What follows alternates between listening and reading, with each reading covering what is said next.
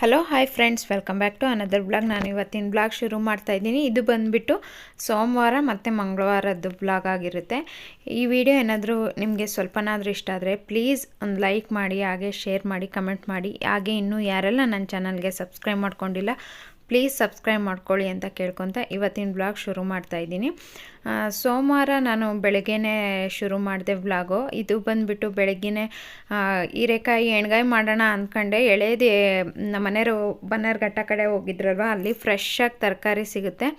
ನಮ್ಮ ಮನೆಯವರು ಹೀರೆಕಾಯಿ ಎಲ್ಲ ತೊಗೊಂಬಂದಿದ್ರು, ತುಂಬಾ ಚೆನ್ನಾಗಿತ್ತು. ಆದ್ದರಿಂದ ಸರಿ ಹೀರೆಕಾಯಿ ಎಣ್ಗಾಯಿ ಮಾಡೋಣ, ತುಂಬ ದಿನ ಆಯಿತು ನಮ್ಮ ಮನೇಲಿ ಹೀರೆಕಾಯಿ ಬಳಸೋದೇ ಕಮ್ಮಿ, ಅದರಿಂದ ಮಾಡೋಣ ಅಂತ ಅಂದ್ಬಿಟ್ಟು ಬೆಳಗ್ಗೆನೇ ಶುರು ಮಾಡ್ಕೊಂಡಿದ್ದೀನಿ. ಬಾಕ್ಸಿಗೆ ಚಪಾತಿ ಮಾಡಿ ಇದು ಹೀರೆಕಾಯಿ ಎಣ್ಗಾಯಿ ಮಾಡಿ ಕಳ್ಸೋಣ ಅಂತ ಅಂದ್ಬಿಟ್ಟು ಫಸ್ಟು ನಾನು ಹುಚ್ಚೆಳ್ಳು ಅಂತೀವಲ್ಲ, ಕುರಸನೆ, ಅದನ್ನು ಹುರಿದು ಇಟ್ಕೊಂಡಿದ್ದೀನಿ. ಸ್ವಲ್ಪ ಬಿಸಿ ಮಾಡ್ಕೊಂಡಿದ್ದೀನಿ. ಹಾಗೆ ಬಿಳಿ ಎಳ್ಳನ್ನು ಬಿಸಿ ಮಾಡಿ ಇಟ್ಕೊಂಡಿದ್ದೀನಿ. ಅದೆರಡು ಬಿಸಿ ಮಾಡಿ ಒಂದು ಸ್ವಲ್ಪ ತಣ್ಣಗಾಗಕ್ಕೆ ಬಿಟ್ಬಿಟ್ಟು ಇಲ್ಲಿ ಹೀರೆಕಾಯಿ ಕಟ್ ಮಾಡ್ಕೊಳ್ಳೋಣ ಅಂತ ಅಂದ್ಬಿಟ್ಟು ಹೀರೆಕಾಯಿದು ಸಿಪ್ಪೆ ಎಲ್ಲ ತೆಗೆದ್ಬಿಟ್ಟು ಕಟ್ ಮಾಡ್ಕೊತಾ ಇದ್ದೀನಿ. ಹಾಗೆಯೇ ಹೀರೆಕಾಯಿ ಸಿಪ್ಪೆಯಲ್ಲಿ ನಾವು ಚಟ್ನಿನೂ ಮಾಡ್ಕೊಬೋದು. ಅದು ಇನ್ನು ಯಾವುದಾದ್ರೂ ರೆಸಿಪಿಯಲ್ಲಿ ಇನ್ನೊಂದು ಯಾವುದಾದ್ರೂ ವೀಡಿಯೋದಲ್ಲಿ ಶೇರ್ ಮಾಡ್ತೀನಿ. ಇವಾಗ ಹೀರೆಕಾಯಿ ಗ್ರೇವಿ ಮಾಡೋದ್ರಿಂದ ಚಟ್ನಿನೂ ಸ್ವಲ್ಪ ಜಾಸ್ತಿ ಆಗುತ್ತೆ, ಅದರಿಂದ ಹೀರೆಕಾಯಿದು ಎಣ್ಗಾಯಿ ಮಾಡ್ಕೊಳ್ಳೋಣ ಅಂತ ಮಾಡ್ತಾಯಿದ್ದೀನಿ. ಹೀರೆಕಾಯಿ ಎಣ್ಗಾಯಿ ಮಾಡಿದರೆ ತುಂಬಬೇಕು, ಅದರಲ್ಲಿ ಏನು ತುಂಬ್ಕೊಂಡು ಕುತ್ಕೊಳ್ಳೋದು ಟೈಮ್ ಆಗಿಬಿಡುತ್ತೆ ಅಂತ ಅಂದ್ಬಿಟ್ಟು ಬಾಣಲೆಯಲ್ಲೇ ಗ್ರೇವಿ ಥರ ಮಾಡ್ಕೊಂಬಿಡೋಣ ಅಂತ ಅಂದ್ಬಿಟ್ಟು ಹಾಗೆಯೇ 4 ಪೀಸ್ ಕಟ್ ಮಾಡಿ ಇಟ್ಕೊಂಡಿದ್ದೀನಿ. ಅದಾದಮೇಲೆ ನಾನು ಇಲ್ಲಿ ರುಬ್ಕೊಳ್ಳೋಕ್ಕೆ ಒಂದು ಸ್ವಲ್ಪ ಗ್ರೀನ್ ಕಲರ್ ಮಾಡೋಣ. ಯಾವಾಗಲೂ ಒಣಮೆಣ್ಸಿನ್ಕಾಯಿ, ಖಾರದ ಪುಡಿ ಇದೇ ಹಾಕಿ ಮಾಡೋದ್ರಿಂದ ತುಂಬ ಬೇಜಾರಾಗಿರುತ್ತೆ. ಅದರಿಂದ ಸ್ವಲ್ಪ ಬೇರೆ ಥರ ಮಾಡೋಣ ಅಂತ ಅಂದ್ಬಿಟ್ಟು ಇಲ್ಲಿ ಹಸಿಮೆಣ್ಸಿನ್ಕಾಯಿ, ಶುಂಠಿ, ಬೆಳ್ಳುಳ್ಳಿ, ಹಾಗೆ ತೆಂಗಿನಕಾಯಿ ಒಂಚೂರು. ತೆಂಗಿನಕಾಯಿ ನಿಮ್ಗೆ ಎಷ್ಟು ಬೇಕೋ ಅಷ್ಟು ನೋಡ್ಕೊಳ್ಳಿ. ಸ್ವಲ್ಪ ಗ್ರೇವಿ ಜಾಸ್ತಿ ಬೇಕಂದರೆ ಜಾಸ್ತಿ ಹಾಕ್ಕೊಳ್ಳಿ, ಸ್ವಲ್ಪ ಸಾಕು ಒಂದು ಟೈಮಿಗೆ ಅಂದರೆ ಸ್ವಲ್ಪ ಕಮ್ಮಿ ಹಾಕ್ಕೊಳ್ಳಿ. ಹಾಗೆ ಕೊತ್ತಂಬರಿ ಸೊಪ್ಪು, ಶುಂಠಿ, ಚಕ್ಕೆ, ಏಲಕ್ಕಿ, ಲವಂಗ ಅದೆಲ್ಲ ಮಸಾಲೆನ ಸ್ವಲ್ಪ ಫ್ರೈ ಮಾಡಿಕೊಂಡು ಕೊತ್ತಂಬರಿ ಸೊಪ್ಪನ್ನು ಹಾಕಿ ಚೆನ್ನಾಗಿ ಫ್ರೈ ಮಾಡಿಕೊಂಡು, ಕೊತ್ತಂಬರಿ ಸೊಪ್ಪು ನೀವು ಫ್ರೈ ಎಲ್ಲ ಆದಮೇಲೆ ಲಾಸ್ಟಲ್ಲಿ ಹಾಕ್ಕೊಳ್ಳಿ. ಅದಾದಮೇಲೆ ಇವಾಗ ನಾನು ಮಿಕ್ಸಿ ಜಾರ್ಗೆ ಅದನ್ನೆಲ್ಲ ಒಂದು ಸ್ವಲ್ಪ ಫ್ರೈ ಮಾಡ್ಕೊಂಡಿದ್ನಲ್ಲ ಅದನ್ನು ಹಾಕ್ಕೊಂಬಿಟ್ಟು ಹಾಗೆಯೇ ಹುಚ್ಚೆಳ್ಳು ಮತ್ತು ಎಳ್ಳು ಎರಡೂ ಹಾಕ್ತಾಯಿದ್ದೀನಿ. ಎರಡು ಹಾಕಿದರೆ ತುಂಬ ಸ್ವಲ್ಪ ತಿಕ್ಕಾಗಿ ಬರುತ್ತೆ ಮತ್ತು ಚೆನ್ನಾಗಿರುತ್ತೆ ಅಂತ ಅಂದ್ಬಿಟ್ಟು ಟೇಸ್ಟ್ ವೈಸ್ ಬಿಳಿ ಎಳ್ಳು ಹಾಕಿ ನೋಡಿ ಅಡುಗೆಗೆ. ನಮ್ಮ ಕಡೆ ಯಾರೂ ಜಾಸ್ತಿ ಬಿಳಿ ಎಳ್ಳು ಹಾಕಲ್ಲ, ಅದರಿಂದ ನಾನು ಒಂದು ಸ್ವಲ್ಪ ಟ್ರೈ ಮಾಡಿದ್ದೀನಿ. ನಾನಿವಾಗ ಕೆಲವೊಂದು ಗ್ರೇವಿಗಳಿಗೆಲ್ಲ ಬಿಳಿ ಎಳ್ಳನ್ನ ಆ್ಯಡ್ ಮಾಡ್ತೀನಿ, ಅದು ಆರೋಗ್ಯಕ್ಕೂ ತುಂಬ ಒಳ್ಳೆಯದು. ಆದ್ದರಿಂದ ಇವಾಗ ಚಳಿಗಾಲ ಆಗಿರೋದ್ರಿಂದ ನಮಗೆ ಸ್ವಲ್ಪ ಸ್ಕಿನ್ನೆಲ್ಲ ಡ್ರೈ ಆಗೋದು ಕಡಿಮೆ ಆಗುತ್ತೆ. ಆದ್ದರಿಂದ ಅದ್ರ ಜೊತೆಗೆ ಕಡಲೆಬೀಜನೂ ಹಾಕ್ಕೊತಾ ಇದ್ದೀನಿ. ಸ್ವಲ್ಪ ಹುರಿದಿರೋ ಕಡಲೆಬೀಜ ಮೊದಲೇ ಹುರಿದು ಇಟ್ಕೊಂಡಿದ್ದೆ ಸ್ವಲ್ಪ, ಆದ್ದರಿಂದ ಹಾಕ್ಕೊತಾ ಇದ್ದೀನಿ. ಅದಾದಮೇಲೆ ಎಣ್ಣೆ ಹಾಕ್ಕೊಂಬಿಟ್ಟು ಸಾಸಿವೆ, ಜೀರಿಗೆ ಮತ್ತು ಈರುಳ್ಳಿ, ಕರಿಬೇವು ಇದಿಷ್ಟೇ ಒಗ್ಗರಣೆಗೆ ನಾನು ಹಾಕ್ಕೊತಾ ಇರೋದು, ಜಾಸ್ತಿ ಏನು ಹಾಕ್ಕೊಂಡಿಲ್ಲ. ಅದಾದಮೇಲೆ ಈರುಳ್ಳಿ ಸ್ವಲ್ಪ ಫ್ರೈ ಆದಮೇಲೆ ಹೀರೆಕಾಯಿ ಹಾಕ್ಕೊತಾ ಇದ್ದೀನಿ. ಹೀರೆಕಾಯಿ ತುಂಬ ಎಳೆದಿರೋದ್ರಿಂದ ಬೇಗನೆ ಬೇಯ್ತು ಅಂತಲೇ ಹೇಳ್ಬೋದು. ಹೀರೆಕಾಯಿ ಫ್ರೆಶ್ ಆಗಿದ್ದಾಗ ತಗೊಂಡು ಮಾಡೋದೇ ಬೆಸ್ಟು ಅಂತ ಹೇಳ್ತೀನಿ. ಸ್ವಲ್ಪ ಬಲ್ತಿರೋದಾದ್ರೂ ಟೇಸ್ಟು ಇರೋದಿಲ್ಲ. ಅದರಿಂದ ಹೀರೆಕಾಯಿನೂ ಅಷ್ಟೇ ಆರೋಗ್ಯಕ್ಕೆ ತುಂಬ ಒಳ್ಳೆಯದು. ಅದರಿಂದ ಹೀರೆಕಾಯಿನ ಸ್ವಲ್ಪ ಎಣ್ಣೆಯಲ್ಲಿ ಫ್ರೈ ಮಾಡಿಕೊಂಡ್ರೆ ತುಂಬ ಬೇಗನೆ ಬೇಯುತ್ತೆ. ಅದ್ರ ಜೊತೆಗೆ ಸ್ವಲ್ಪ ಅರಿಶಿನ ಹಾಕ್ಕೊಂಡಿದ್ದೀನಿ. ಅರಿಶಿನ ಹಾಕಿ ಸ್ವಲ್ಪ ಫ್ರೈ ಮಾಡಿ ರುಬ್ಬಿರೋ ಮಸಾಲನೂ ಹಾಕ್ಕೊತಾ ಇದ್ದೀನಿ. ನಾನು ಯಾವಾಗಲೂ ಹುಚ್ಚೆಳ್ಳನ್ನ ಹುರಿದು ಒಂದು ಸ್ವಲ್ಪ ಪೌಡ್ರ್ ಮಾಡಿ ಎತ್ತಿಟ್ಕೊಂಡಿರ್ತೀನಿ. ಈ ಗೋರಿಕಾಯಿ ಪಲ್ಯ ಮಾಡಿದಾಗೆಲ್ಲ ನಮ್ಮ ಮನೆಯವ್ರು ಅದನ್ನು ಸಪ್ರೇಟಾಗೆ ಪ್ಲೇಟ್ಗೆ ಹಾಕ್ಸ್ಕೊಂಡು ಅದನ್ನ ಮಿಕ್ಸ್ ಮಾಡಿಕೊಂಡು ತಿಂತಾರೆ. ಗೋರಿಕಾಯಿ ಪಲ್ಯಕ್ಕೆ ಒಂದೊಂದು ಸಾರಿ ಹಾಕ್ತೀನಿ, ಒಂದೊಂದು ಸಾರಿ ಹಾಕಲ್ಲ. ಅದರಿಂದ ಸ್ವಲ್ಪ ಫ್ರೈ ಮಾಡಿ ಒಂದು ಸ್ವಲ್ಪ ಡ್ರೈ ಪೌಡ್ರ್ ಮಾಡಿ ಇಟ್ಕೊಂಡ್ರೆ ಪಲ್ಯಗಳಿಗೆ ಎಲ್ಲ ಚೆನ್ನಾಗಿರುತ್ತೆ ಅಂತ ಅಂದ್ಬಿಟ್ಟು ಇಟ್ಟಿರ್ತೀನಿ. ಎಲ್ಲ ಖಾಲಿ ಆಗಿತ್ತು, ಅದರಿಂದ ಇಲ್ಲಿ ಎಳ್ಳು ಮತ್ತು ಹುಚ್ಚೆಳ್ಳು ಎರಡೂ ಬಿಸಿ ಮಾಡಿಕೊಂಡು ಫಸ್ಟೇ ಇದು ಮಾಡಿಕೊಂಡೆ. ಇಲ್ಲಿ ನಾನು ಮಸಾಲೆ ಹಾಕಿದ ಮೇಲೆ ಸ್ವಲ್ಪ ಚೆನ್ನಾಗಿ ಹಸಿ ವಾಸನೆ ಹೋಗೋವರೆಗೂ ಫ್ರೈ ಮಾಡಿಬಿಟ್ಟು ಅದಾದಮೇಲೆ ಸ್ವಲ್ಪ ನೀರು ಹಾಕ್ಬಿಟ್ಟು ಚೆನ್ನಾಗಿ ಎಣ್ಣೆ ಬಿಟ್ಕೊಂಡಾದ್ಮೇಲೆ ನೀರು ಹಾಕಿ ಮತ್ತೆ ಇನ್ನೊಂದು ಸರಿ ಕುದಿಸ್ಬಿಟ್ಟು ಒಂಚೂರು ಬೆಲ್ಲ ಹಾಕ್ತೀನಿ. ನಾನು ಚಟ್ನಿ ಪಲ್ಯಗಳಿಗೆ ಸ್ವಲ್ಪ ಬೆಲ್ಲ ಹಾಕ್ತೀನಿ. ಆದ್ದರಿಂದ ಇವಾಗ ಗ್ರೇವಿ ರೆಡಿ ಆಯಿತು. ತುಂಬಾ ಚೆನ್ನಾಗಿತ್ತು ಅಂತ ಹೇಳ್ಬೋದು. ಈ ಕಡೆ ಬೆಳಗ್ಗೆ ಗ್ರೇವಿ ಎಲ್ಲ ಮಾಡಿಬಿಟ್ಟು ನನ್ನ ಮಗಳು ಅಷ್ಟೊತ್ತಿಗೆ ಎದ್ದ ತಕ್ಷಣ ಅವಳು ವಾಟ್ರ್ ಬಾಟ್ಲೆಲ್ಲ ತುಂಬಿಸ್ಕೊಂಡ್ಬಿಡ್ತಾಳೆ. ಯಾಕಂದರೆ ನನಗೊಬ್ಳಿಗೆ ಅಂದರೆ ಎಲ್ಲ 3 ಜನಕ್ಕೂ ಬಾಕ್ಸಿಗೆಲ್ಲ ಹಾಕೋಷ್ಟು ಟೈಮ್ ಇರಲ್ಲ. ತುಂಬಾ ಟೈಮ್ ಬೆಳಗ್ಗೆ ಎಷ್ಟು ಬೇಗ ಎದ್ರೂ ಟೈಮ್ ಅನಿಸೋದೇ ಇಲ್ಲ. ಆದ್ದರಿಂದ ಅವಳೇ ವಾಟ್ರ್ ಬಾಟ್ಲೆಲ್ಲ ಇವಾಗ ಒಂದು ಸ್ವಲ್ಪ ದೊಡ್ಡವಳಾಗಿದ್ದಾಳಲ್ಲ, ಮಕ್ಕಳಿಗೆ ಬರೀ ಓದೋದು ಸ್ಕೂಲು ಇಷ್ಟೇ ಅಂತ ಇದ್ದರೆ ಅವ್ರು ಯಾವಾಗ ಕಲಿಯೋದು ಅಂತ ಅನಿಸುತ್ತೆ. ಅದರಿಂದ ಅವಳಿಗೆ ಹೇಳ್ತೀನಿ, ಅವಳ ಬಾಟ್ಲು ತುಂಬಿಸ್ಕೊ, ಅವಳು ಒಂದು ಸ್ವಲ್ಪ ಬಿಸಿನೀರು ತೊಗೊಂಡೋಗ್ತಾಳೆ. ಈ ಚಳಿಗಾಲದಲ್ಲಿ ಮಕ್ಕಳಿಗೆ ಬಿಸಿನೀರು ಬಾಟ್ಲಿಗೆ ಹಾಕಿ ಕಳ್ಸೋದು ತುಂಬಾ ಒಳ್ಳೆಯದು. ಅದರಲ್ಲೂ ಪ್ಲಾಸ್ಟಿಕ್ ಬಾಟ್ಲಿಗಿನ್ನ ಈ ಥರ ಸ್ಟೀಲ್ ಬಾಟಲಲ್ಲಿ ಹಾಕಿ ಕಳಿಸಿದ್ರೆ ಅವ್ರಿಗೂ ಆರೋಗ್ಯ ಚೆನ್ನಾಗಿರುತ್ತೆ. ಇವಾಗ ಬಿಡಿ, ನಾವು ತಿನ್ನೋ ಫುಡ್ಡಲ್ಲಿ ಅಷ್ಟೊಂದು ಇದೇ ಇರಲ್ಲ, ಶಕ್ತಿನೇ ಇರಲ್ಲ. ಇನ್ನು ಅದರಲ್ಲೂ ಈ ಪ್ಲಾಸ್ಟಿಕ್ ಎಲ್ಲ ನಾವು ಬಳಸಿ ನಮ್ಮ ಮನೆಯವ್ರು ಯಾವಾಗಲೂ ಬೈತಾ ಇರ್ತಾರೆ ನನಗೆ, ಪ್ಲಾಸ್ಟಿಕ್ ಐಟಮ್ ಮನೆಯೆಲ್ಲ ತುಂಬಿಸ್ತಿ ಅಂತ ಅಂದ್ಬಿಟ್ಟು. ಆದ್ದರಿಂದ ಇವಾಗ ಒಂದು ಸ್ವಲ್ಪ ಎಲ್ಲ ಕಡಿಮೆ ಮಾಡ್ತಾಯಿದ್ದೀನಿ. ಪ್ಲಾಸ್ಟಿಕ್ ಬಾಕ್ಸು ಅದೆಲ್ಲ ಒಂದು ಸ್ವಲ್ಪ ತೆಗ್ದಿಟ್ಬಿಡೋಣ, ಬೇರೆ ಬೇರೆ ಥರ ಗ್ಲಾಸ್ ಬಾಟ್ಲು ಅಥವಾ ಸ್ಟೀಲ್ ಬಾಕ್ಸಸ್ಗಳು ಆ ಥರ ತೊಗೊಳ್ಳೋಣ ಅಂತ ಅಂದ್ಕೊಂಡಿದ್ದೀನಿ. ನೋಡೋಣ ಮುಂದೆ ತೊಗೊಂಡ್ರೆ ನಿಮಗೂ ತೋರಿಸ್ತೀನಿ.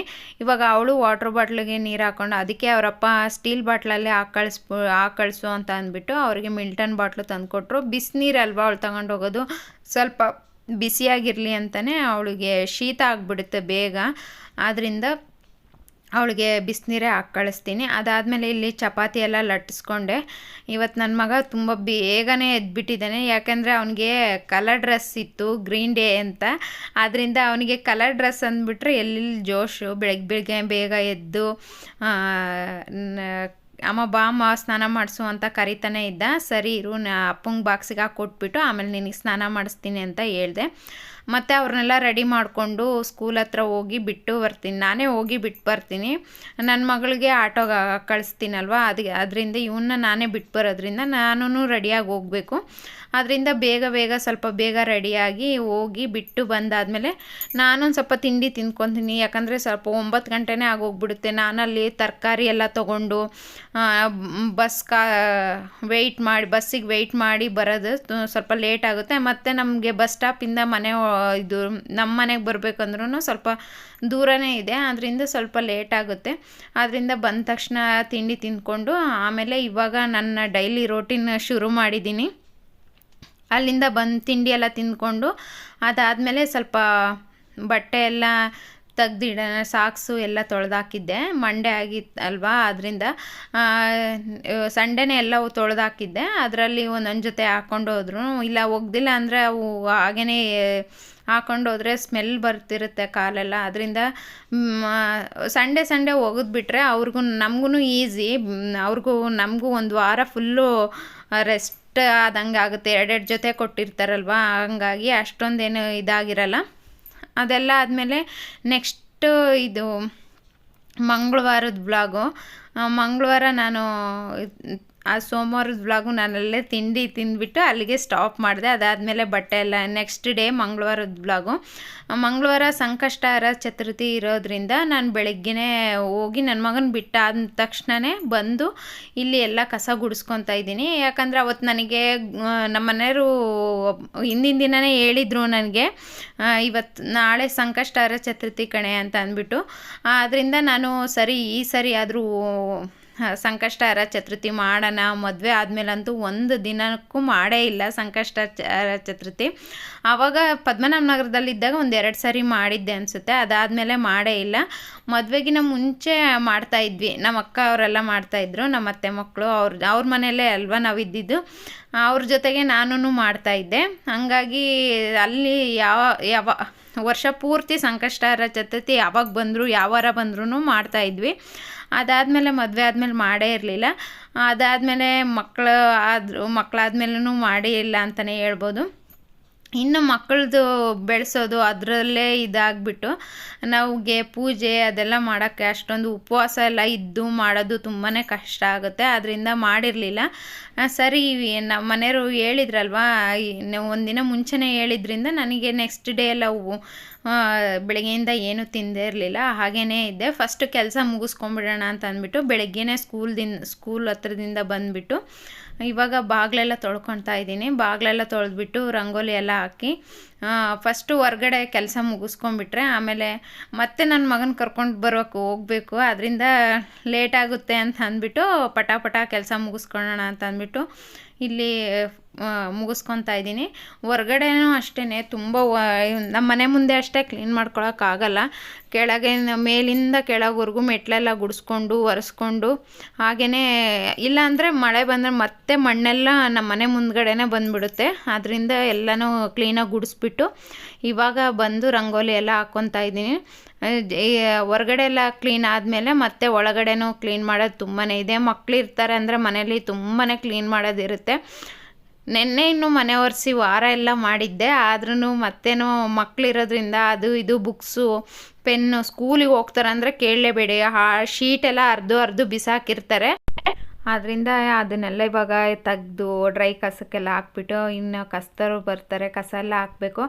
ಹಸಿ ಕಸ ಒಣ ಕಸ ಎಲ್ಲ ಸಪ್ರೇಟ್ ಮಾಡಿರ್ತೀವಿ. ಕಸ್ತರು ಬಂದ ತಕ್ಷಣ ಅದನ್ನು ಹಾಕ್ಬಿಟ್ಟು ಬಂದಾದಮೇಲೆ ಸರಿ ಮನೆ ಒಳಗೆಲ್ಲ ಗುಡಿಸ್ಕೊಂಡು ಒರೆಸ್ಕೊಳ್ಳೋಣ ಅಂತ ಅಂದ್ಬಿಟ್ಟು ಬಂದೆ.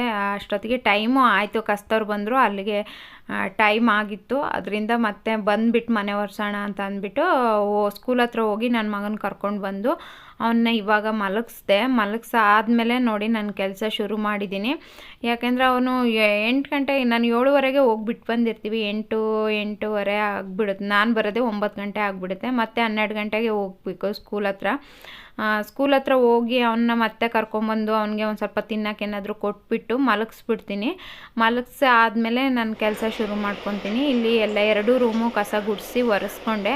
ಇವಾಗ ಹಾಲಲ್ಲಿ ಚೇರು ಅದೆಲ್ಲ ತೆಗ್ದು, ಸ್ಟಡಿ ಟೇಬಲು ಅದೆಲ್ಲ ಇರುತ್ತಲ್ಲ ರೂಮಲ್ಲಿ, ಎಲ್ಲನೂ ತೆಗೆದ್ಬಿಟ್ಟು ಒರೆಸ್ತೀನಿ. ನನಗೆ ಹಂಗಂಗೆ ಯಾವ್ಯಾವ ಜಾಗದಲ್ಲಿ ಅಲ್ಲೇ ಇಟ್ಟು ಒರೆಸೋಕ್ಕೆ ಸರಿ ಹೋಗಲ್ಲ. ಅದರಿಂದ ಎಲ್ಲ ಹಾಲಿಗೆ ಇಟ್ಬಿಟ್ಟು 2 ರೂಮು ಒರೆಸ್ಬಿಟ್ಟು ಅದಾದಮೇಲೆ ಹಾಲಿಂದ ಎಲ್ಲ ರೂಮಿಗೆ ಸರಿಸ್ಬಿಟ್ಟು ಡ್ರೈ ಆದಮೇಲೆ ಅದಾದಮೇಲೆ ಇಲ್ಲಿ ನಾನು ಲಿವಿಂಗ್ ರೂಮ್ ಎಲ್ಲ ಕ್ಲೀನ್ ಮಾಡ್ಕೊತಾ ಇದ್ದೀನಿ. ಅವನು ತುಂಬ ಹೊತ್ತು ಮಲಗ್ತಾನೆ ಮಧ್ಯಾಹ್ನ ಬಂದಮೇಲೆ, ಅದರಿಂದ ನನಗೆ ಅಷ್ಟೊಂದು ಇದೇನು ಮಾಡಲ್ಲ. ಇವಾಗ ಸ್ವಲ್ಪ ದೊಡ್ಡನಾಗಿದ್ದಾನೆ, ಇವಾಗ ಟಿ ವಿ ಹಾಕ್ಕೊಟ್ರು ನೋಡ್ಕೊತ ಕುತ್ಕೊಂಡ್ಬಿಡ್ತಾನೆ. ಆದರೆ ಬೆಳಗ್ಗೆನೇ ಬೇಗ ಎದ್ದಿರ್ತಾರಲ್ವ, ಅದರಿಂದ ಅವನು ಮಧ್ಯಾಹ್ನ ಬಂದ ತಕ್ಷಣ ಮಲ್ಕೊಂಡ್ಬಿಡ್ತಾನೆ. ಅವನ್ನ ಮಲಗಿಸಾದ್ಮೇಲೆ ನಂದು ಕೆಲಸ ಎಲ್ಲ ಶುರು ಮಾಡಿ ನೆಲ ಎಲ್ಲ ಒರೆಸ್ಕೊಂಡು, ಹಾಗೆ ಮಂಗಳವಾರ ಆಗಿತ್ತಲ್ವ, ಮನೆಯೆಲ್ಲ ಒರೆಸ್ಕೊಂಡೆ. ಹುಣಸೆ ಹಣ್ಣೆಲ್ಲ ಖಾಲಿ ಆಗಿತ್ತು ಬಾಕ್ಸಲ್ಲಿ, ಅದರಿಂದ ಹುಣಸೆ ಹಣ್ಣು ಬಾಕ್ಸಿಗೆ ಹಾಕ್ಕೊಡೋಣ ಅಂತ ಅಂದ್ಬಿಟ್ಟು ಇವಾಗ ಹಾಕ್ಕೊತಾ ಇದ್ದೀನಿ. ಮತ್ತು ನೆಕ್ಸ್ಟು ಬೆಳಗ್ಗೆ ಹಾಕ್ಕೊತೀವಿ ಅಂದರೆ ಅದಾಗಲ್ಲ. ಅದು ಬೇರೆ ನಾನು ಹುಣಸೆ ಹಣ್ಣನ್ನ ಫ್ರಿಜ್ಜಲ್ಲಿ ಸ್ಟೋರ್ ಮಾಡಿ ಇಟ್ಟಿದ್ನಲ್ವ, ಅದೊಂದು ಸ್ವಲ್ಪ ಗಟ್ಟಿ ಇತ್ತು. ಅದರಿಂದ ಸ್ವಲ್ಪ ನೆಲ ಒರೆಸ್ಬೇಕಾದ್ರೇ ಮುಂಚೆನೇ ತೆಗ್ದಿಟ್ಟಿದ್ದೆ ಬಾಕ್ಸಿಗೆ ಹಾಕ್ಕೊಳ್ಳೋಣ ಅಂತ ಅಂದ್ಬಿಟ್ಟು. ಹುಣಸೆ ಹಣ್ಣು ಫ್ರಿಜ್ಜಲ್ಲಿ ಇಟ್ಟರೆ ಬೇಗ ಹಾಳಾಗೋದಿಲ್ಲ. ಇದು ನಂದು ಹೋದ ವರ್ಷದ ಹುಣಸೆ ಹಣ್ಣು, ಈ ವರ್ಷವೂ ತೊಗೊಂಬಂದಿದ್ದೀನಿ ಹೊಸ ಹುಣಸೆ ಹಣ್ಣು. ಆದರೆ ಹೋದ ವರ್ಷದ್ದು ನೋಡಿ ಒಂಚೂರು ಕಲರ್ ಚೇಂಜ್ ಆಗಿಲ್ಲ, ಅಷ್ಟು ನೀಟಾಗಿದೆ. ಅಷ್ಟು ಯಾವ ಥರ ಹುಣಸೆಹಣ್ಣು, ಹೊಸ ಹುಣಸೆಹಣ್ಣು ಯಾವ ಥರ ಇರುತ್ತೋ ಅದೇ ಥರನೇ ಇತ್ತು. ನಾನು ಅದರಿಂದ ಫ್ರಿಜ್ಜಲ್ಲಿ ಇಟ್ಬಿಟ್ರೆ ಅದು ಎಷ್ಟು ದಿನ ಆದರೂ ಕಪ್ಪಾಗಲ್ಲ. ಹುಣಸೆಹಣ್ಣು ಕಪ್ಪಾದರೆ ನಾವು ಬಿಸಾಡಿಬಿಡ್ತೀವಲ್ವ, ಅದರಿಂದ ನಾನು ಫ್ರಿಜ್ಜಲ್ಲಿ ಇಟ್ಬಿಡ್ತೀನಿ, ಬೇಗ ಹಾಳಾಗೋದು ಇಲ್ಲ. ಅದೆಲ್ಲ ಆದಮೇಲೆ ನೆಲ ಎಲ್ಲ ಒರೆಸಿ ಹೊರಗಡೆ ಎಲ್ಲ ಕ್ಲೀನ್ ಮಾಡಿ ಹೋಗಿದ್ನಲ್ವ, ಮತ್ತು ಅಡುಗೆ ಮನೆ ಕ್ಲೀನ್ ಮಾಡ್ಕೊಳ್ಳೋಣ ಅಂತ ಅಡುಗೆ ಮನೆ ಎಲ್ಲ ನೆನ್ನೆನೂ ಒರೆಸ್ಕೊಂಡಿದ್ದೆ. ಇದು ಏನಂದರೆ ನಾನು ಉಪವಾಸ ಇರೋದ್ರಿಂದ ದೇವ್ರಿಗೆ ಏನಾದರೂ ನೈವೇದ್ಯ ಮಾಡೋಣ ಅಂತ ಅಂದ್ಬಿಟ್ಟು ಇವಾಗ ಮತ್ತೆ ಒರೆಸ್ಕೊತಾ ಇದ್ದೀನಿ. ಎಲ್ಲ ಕ್ಲೀನಾಗೆ ಇದು ಚಿಮಣಿ ಎಲ್ಲ ಕ್ಲೀನ್ ಮಾಡಿಕೊಂಡು, ಅಡುಗೆ ಮನೆ ಎಲ್ಲ ಕ್ಲೀನ್ ಮಾಡಿಕೊಂಡು, ಏನೇ ಚಿಮಣಿ ಹಾಕ್ತೀವಿ ಅಂದರೂ ಜಿಡ್ಡಿದ್ದೇ ಇರುತ್ತೆ. ಒಂದೊಂದು ಸರಿ ನಮ್ಮದು ಕಿಟಕಿ ಬೇರೆ ಹತ್ರ ಇರೋದ್ರಿಂದ ಓಪನ್ ಮಾಡಿಬಿಟ್ರೆ ಹೊಗೆ ಎಲ್ಲ ವಾಪಸ್ ಹಂಗೆ ಬರುತ್ತೆ. ಆದ್ದರಿಂದ ಸ್ವಲ್ಪ ಜಿಡ್ಡಾಗಿರುತ್ತೆ. ಆದ್ದರಿಂದ ಇನ್ನೊಂದು ಸರಿ ಎಲ್ಲ ಕ್ಲೀನಾಗಿ ಒರೆಸ್ಕೊಂಡು ಅಡುಗೆ ಮನೆಯೆಲ್ಲ ಕ್ಲೀನ್ ಮಾಡಿಕೊಂಡು ಸ್ನಾನ ಎಲ್ಲ ಮಾಡಿಕೊಂಡು ಹೊರಗೆ ಬಂದೆ. ಪೂಜೆಗೆಲ್ಲ ರೆಡಿ ಮಾಡ್ಕೊತಾ ಇದ್ದೆ. ಆವಾಗ ನನ್ನ ಮಗ ಇದ್ದ.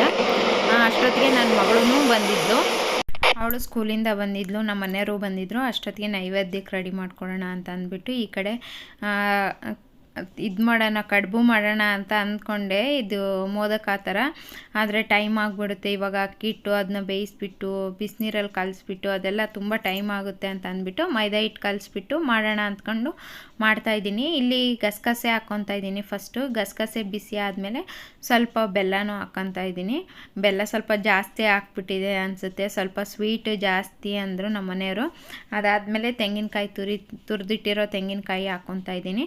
ಇದು ಬೇಗನೆ ಆಗಿಬಿಡುತ್ತೆ. ಹೂರ್ಣ ಎಲ್ಲ ಮಾಡ್ಕೊಳ್ಳೋದು ಕಷ್ಟನೇ ಆಗಲ್ಲ, ಸ್ವಲ್ಪ ಬೇಗ ಆಗುತ್ತೆ. ಆದರೆ ಲೋ ಫ್ಲೇಮಲ್ಲಿ ಬೇಯಿಸ್ಕೊಬೇಕು. ಬೆಲ್ಲ ಎಲ್ಲ ಸ್ವಲ್ಪ ನೀರೇನು ಹಾಕಂಗಿಲ್ಲ, ಬೆಲ್ಲದ ಪಾಕದಲ್ಲೇ ಅದು ಚೆನ್ನಾಗಿ ಫ್ರೈ ಆಗಬೇಕು. ಅಲ್ಲಿಗೂ ಸ್ವಲ್ಪ ಬೆಲ್ಲ ಎಲ್ಲ ನಾನು ತೆಗ್ದೆ, ಸ್ವೀಟ್ ಜಾಸ್ತಿ ಆಗುತ್ತೆ ಅಂತ ಅಂದ್ಬಿಟ್ಟು. ಅದಾದಮೇಲೆ ಬೆಲ್ಲ ಎಲ್ಲ ಕರಗಿ ಕಾಯಿ ಜೊತೆಗೆಲ್ಲ ಚೆನ್ನಾಗಿ ಮಿಕ್ಸ್ ಆದಮೇಲೆ ಸ್ವಲ್ಪ ಏಲಕ್ಕಿ ಪುಡಿನ ಕುಟ್ಟಿ ಹಾಕಿದ್ದೀನಿ. ಇದು ಬಂದುಬಿಟ್ಟು ಏಲಕ್ಕಿ ಪುಡಿ ಘಮ ಚೆನ್ನಾಗಿರುತ್ತೆ, ಅದರಿಂದ ತುಂಬಾ ಚೆನ್ನಾಗಿತ್ತು ಕಡುಬು. ನಮ್ಮ ಮನೆಯವ್ರು ನೆಕ್ಸ್ಟ್ ಡೇನೂ ಕೇಳಿದರು. ನನ್ನ ಮಕ್ಕಳು ಸ್ವೀಟಾಗಿ ಅಷ್ಟಾಗಿ ತಿನ್ನಲ್ಲ, ಜಾಮೂನ್ ಬಿಟ್ಟರೆ ಅವರು ಬೇರೆ ಸ್ವೀಟ್ ಅಷ್ಟಾಗಿ ತಿನ್ನಲ್ಲ. ನನ್ನ ಮಗ ಒಬ್ಬಟ್ಟು ಒಂದು ತಿಂತಾನೆ ಅಷ್ಟೇ. ಅದರಿಂದ ಸ್ವಲ್ಪನೇ ಮಾಡಿದೆ, ಒಂದು 10-11 ಆಗಸ್ಟ್ ಮಾಡಿದ್ದೆ ಅಷ್ಟೇ. ಅದಾದಮೇಲೆ ಇಲ್ಲಿ ನಾನು ಎಲ್ಲನೂ ಜೋಡಿಸ್ಕೊಂಡು ಹೂರ್ಣ, ಸಿಂಪಲ್ ಹೂರ್ಣ ಅಲ್ವಾ, ಬೇಗನೆ ಆಗುತ್ತೆ ಅಂತ ಅಂದ್ಬಿಟ್ಟು ಇಲ್ಲಿ ಮೈದಾ ಹಿಟ್ಟೆಲ್ಲ ಉಜ್ಕೊಂಡು ಫಸ್ಟೇ ಎಲ್ಲ ಕಲಸಿಟ್ಟಿದ್ದೆ. ಇವಾಗ ಎಲ್ಲ ಮಾಡ್ಕೊತಾ ಇದ್ದೀನಿ. ಸಂಕಷ್ಟಹರ ಚತುರ್ಥಿ ಅಷ್ಟೇ, ತುಂಬಾ ಒಳ್ಳೆಯದು ಮಾಡಿದ್ರೆ. ನೀವು ಮಾಡಿ ನೋಡಿ ರಿಸಲ್ಟು ಅಂತಲೇ ಹೇಳ್ತೀನಿ. ಯಾಕೆ ಅಂದರೆ ಸಂಕಷ್ಟಹರ ಚತುರ್ಥಿ ಮಾಡಿ ನನಗೆ ಒಳ್ಳೆಯದಾಗಿದೆ. ಮತ್ತು ಮಂಗಳವಾರ ಟೈಮ್ ಬಂದರೆ ದಯವಿಟ್ಟು ತಪ್ಪಿಸ್ಬೇಡಿ. ವರ್ಷ ಪೂರ್ತಿ ಮಾಡೋದು ಮಂಗಳವಾರ ಒನ್ ಟೈಮ್ ಮಾಡಿದರೆ ಸಾಕು ಅಂತ ಅನಿಸುತ್ತೆ. ಅದರಲ್ಲೂ ಹುಣ್ಣಿಮೆ ಟೈಮಲ್ಲಿ ಬಂದ್ರಂತೂ ಇನ್ನೂ ತುಂಬಾ ಒಳ್ಳೆಯದು. ಇಲ್ಲಿ ನಮ್ಮ ಮನೆ ಹತ್ರ ಏನಂದರೆ ಪ್ರತಿ ಹುಣ್ಣಿಮೆಗೂ ಗಣೇಶನ ಸಂಕಷ್ಟಹರ ಗಣಪತಿ ದಿನ ಯಾವಾಗಲೂ ಸತ್ಯನಾರಾಯಣ ಪೂಜೆನೂ ಮಾಡ್ತಾರೆ. ಅದೊಂದು ವಿಶೇಷ ಅಂತಲೇ ಹೇಳ್ಬೋದು. ದೇವಸ್ಥಾನಕ್ಕೆ ಹೋಗೋಕ್ಕಾಗಲಿಲ್ಲ, ಮಳೆ ಬರ್ತಾಯಿತ್ತು, ಅದರಿಂದ ಚಂದ್ರನೂ ನೋಡೋಕ್ಕಾಗಲಿಲ್ಲ. ಸಂಕಷ್ಟಹರ ಚತುರ್ಥಿ ಮಾಡೋದು ಹೆಂಗಪ್ಪ ಅಂದರೆ ಬೆಳಗ್ಗೆಯಿಂದನೂ ನಾವು ಉಪವಾಸ ಎಲ್ಲ ಇದ್ದು, ಬೇಕೋ ನಿಮ್ಮ ಕೈಲಿ ಆಗಿಲ್ಲ ಇರೋಕ್ಕೆ ಅಂದರೆ ಹಣ್ಣು ಹಾಲು ಏನಾದರೂ ಕುಡಿಬೋದು.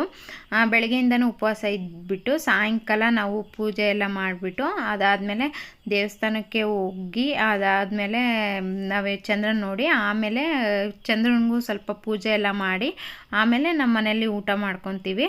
ಅದರಲ್ಲೂ ಉಪ್ಪಿಟ್ಟು ಆ ಥರದ್ದೇನಾದರೂ ಮಾಡಿಕೊಂಡು ತಿನ್ನಬೇಕು. ಆದ್ದರಿಂದ ನಾನು ಪೂಜೆ ಎಲ್ಲ ಮುಗಿಸ್ಬಿಟ್ಟು ಚಂದ್ರ ಕಾಣಿಸುತ್ತೇನೆ ಅಂತ 1 ಸರಿ 2 ಸರಿ ಹೋಗಿ ಮೇಲೆ ನೋಡೋಣ ಅಂತ ಹೋದೆ. ಆದರೆ ಚಂದ್ರ ಏನೂ ಇರಲಿಲ್ಲ, ಎಲ್ಲ ಫುಲ್ಲು ಮೋಡ ಆಗಿತ್ತು.